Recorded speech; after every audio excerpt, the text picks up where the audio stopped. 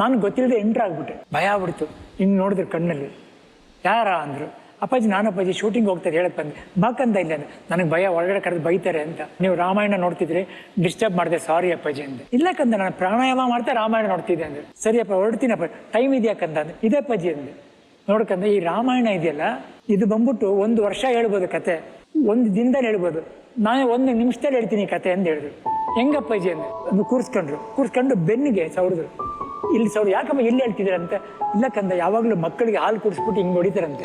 ಏನಂದ್ರೆ ಮಕ್ಕಳಿಗೆ ತೇಗಿತಾರಂತೆ, ಅರಗುತ್ತೆ ಅಂತ.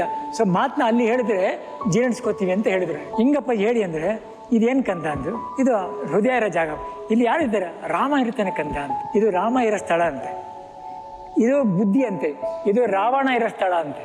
ದಿನ ಇವರಿಬ್ರು ಜಗಳ ಅಂತೆ. ಇವನು 4 ಗಂಟೆಗೆ ಎದ್ದೇಳು ಅಂದ್ರೆ ಇವನು ಬೇಡ ಕಡೆ ಮಲ್ಕೋ ಅಂತ ಹೇಳ್ತಾ ಇರ್ತಾರಂತೆ. ಇವರಿಬ್ರು ಯಾವಾಗಲೂ ಕಚ್ಚಾ ಇದೇ ರಾಮಾಯಣ, ದಿನ ರಾಮಾಯಣ ನಡೀತಕ್ಕಂಥ. ನಿಮ್ಮಪ್ಪ ದಿನ ಇದಕ್ಕೆ ಪ್ರಾಣಾಯಾಮ ಮಾಡ್ತಾರಂತೆ. ಪ್ರಾಣಾಯಾಮ ಮಾಡಿದ್ರೆ ಪ್ರಾಣ ಹೇಳ್ತಾರೆ. ಪ್ರಾಣ ದೇವ್ರು ಯಾರು? ಆಂಜನೇಯ. ಅವನು ಎಲ್ಲಿ ಹೋಗ್ತಾನೆ? ನೇರ ರಾಮನ ಹತ್ರ ಹೋಗ್ತಾನೆ. ಏನಪ್ಪ ನಿನ್ನ ತೊಂದರೆ ಅಂತ ಕೇಳ್ತಾರಂತೆ. ಇಲ್ಲಪ್ಪ ನಾನು ಈ ಥರ ಮಾಡಬೇಕು ಅಂತೀನಿ, ಇವನು ಅಡ್ಡ ಬರ್ತಾವನೆ ಅಂತ ಹೇಳ್ತಾರಂತೆ.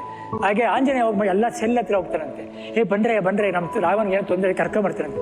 ಎಲ್ಲಿ ಅಂದ್ಬಿಟ್ಟು ಇಲ್ಲಿ ಎಲ್ಲ ಹೋಗಿ ಜಗಳಾಡಿ ಇವರನ್ನ ಗೆಲ್ತಾರಂತೆ. ಇದು ರಾಮಾಯಣ. ಬಹಳ ಸೊಗಸ ಇದೆ.